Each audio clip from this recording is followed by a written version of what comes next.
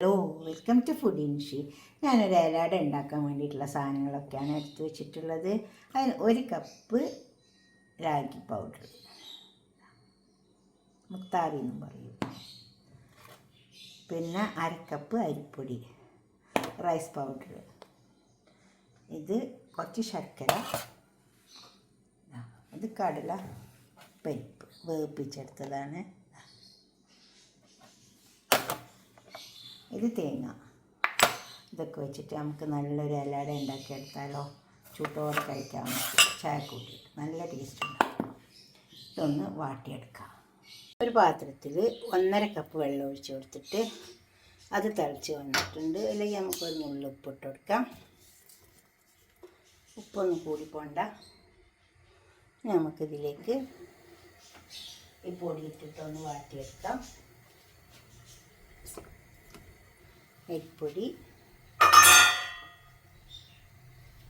മുത്താറി,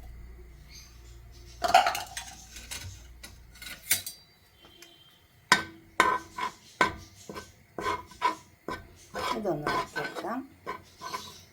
അതുപോലെ തന്നെ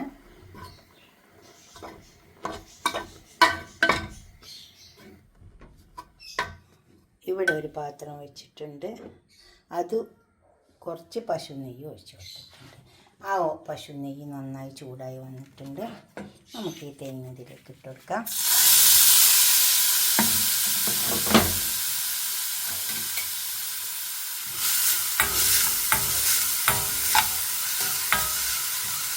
തേങ്ങ, അതുപോലെ തന്നെ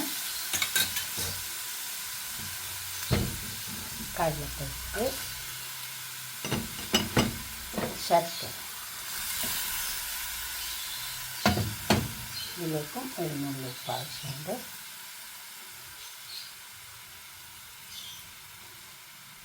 ഇത് നമുക്ക് നന്നായി ഇളക്കി ചേർക്കാം. ശർക്കര ഒന്ന് ഇതിൽ കിടന്ന് ഒരുക്കിവെക്കാം. മാവ് നമുക്ക് നന്നായി കുഴച്ചെടുക്കണം. പൊടി ചൂടാറി വന്നിട്ടുണ്ട്. നമുക്കിതൊന്ന് കുഴച്ചെടുക്കാം. വേണമെങ്കിൽ നമുക്ക് കുറച്ച് വെള്ളം കൈ കൊണ്ടിങ്ങനെ ഒന്ന് കുടഞ്ഞെടുക്കാം. നമ്മൾ കൈ വെച്ച് പരത്തിയെടുക്കേണ്ടതാണ്, അതുകൊണ്ടാണ്. നമ്മൾ പത്തിരിക്ക് കുഴക്കുന്ന പോലെ കുഴക്കൊന്നും വേണ്ട, ഒന്ന് ഒതുങ്ങി വന്നാൽ മതി. നമ്മൾ കൈ വെച്ച് കുഴക്കണം. അപ്പോൾ കുറച്ച് വെള്ളം ആവശ്യമാണ്.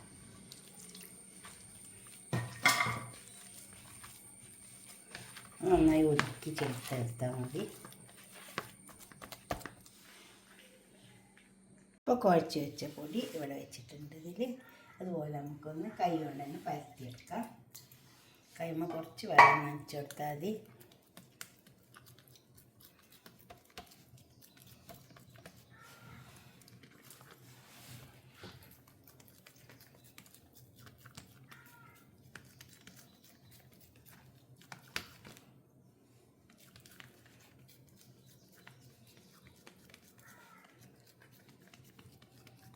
ഈ രീതിയിൽ പരത്തിയെടുത്താൽ മതി.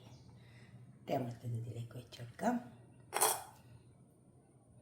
ഈ തേങ്ങയും ശർക്കരയും പിന്നെ കടലപ്പരിപ്പും നല്ല ചേർച്ച ഉണ്ടാവുക, നല്ല ടേസ്റ്റും ഉണ്ടാവും. ഇനി ഇതിനെ നമുക്കിങ്ങനെ മടക്കി കൊടുക്കാം.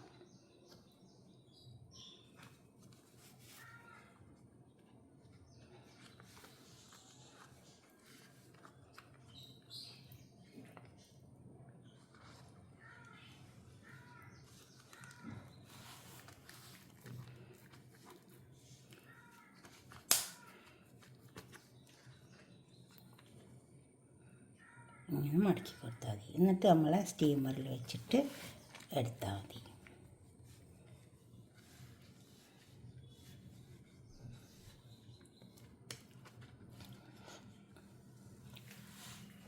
ഇനി എടുക്കാം. പൊടി എടുക്കുക.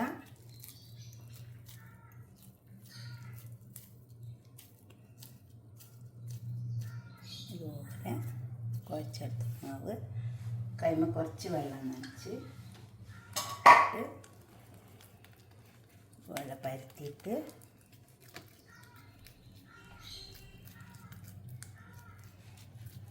ഇലയുടെയൊക്കെ എല്ലാവർക്കും അറിയുന്നതായിരിക്കും. എന്നാലും ഇലയുടെ നല്ല ടേസ്റ്റ് കേട്ടോ.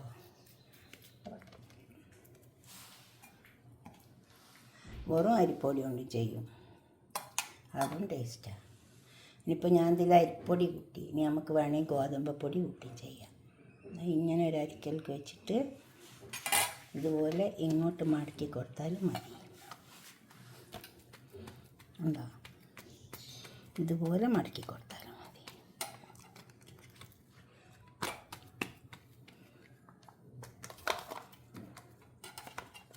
ഇതുപോലെ ചെയ്താലും മതി. ഇനിയുള്ളത് കൂടെ നമുക്ക് പരത്തിയെടുക്കാം. സ്റ്റീമറിൽ വെച്ച് കൊടുക്കാം നമുക്ക്.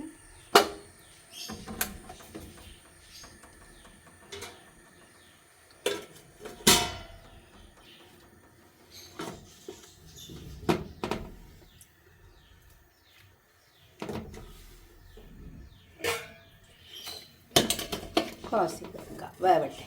അപ്പോൾ ഇത് വെന്തിട്ടുണ്ട്. ഇനി നമുക്കിതൊക്കെ ഇലയിൽ നിന്ന് ഒഴിവാക്കാം, ചൂടാക്കാം. നമ്മൾ അടയെല്ലാം വെന്ത് ഇവിടെ കൊടുന്ന് വെച്ചിട്ടുണ്ട്. ഇതുപോലെ ഒന്ന് അട ഉണ്ടാക്കി വയ്ക്കുക, നല്ല ടേസ്റ്റ് ഉണ്ടാവും. ഇങ്ങനെ മടക്കാം. ഞാൻ കാണിച്ചു തന്ന പോലെ തന്നെ ഏത് വിധത്തിൽ വേണമെങ്കിലും മടക്കിയെടുക്കാം.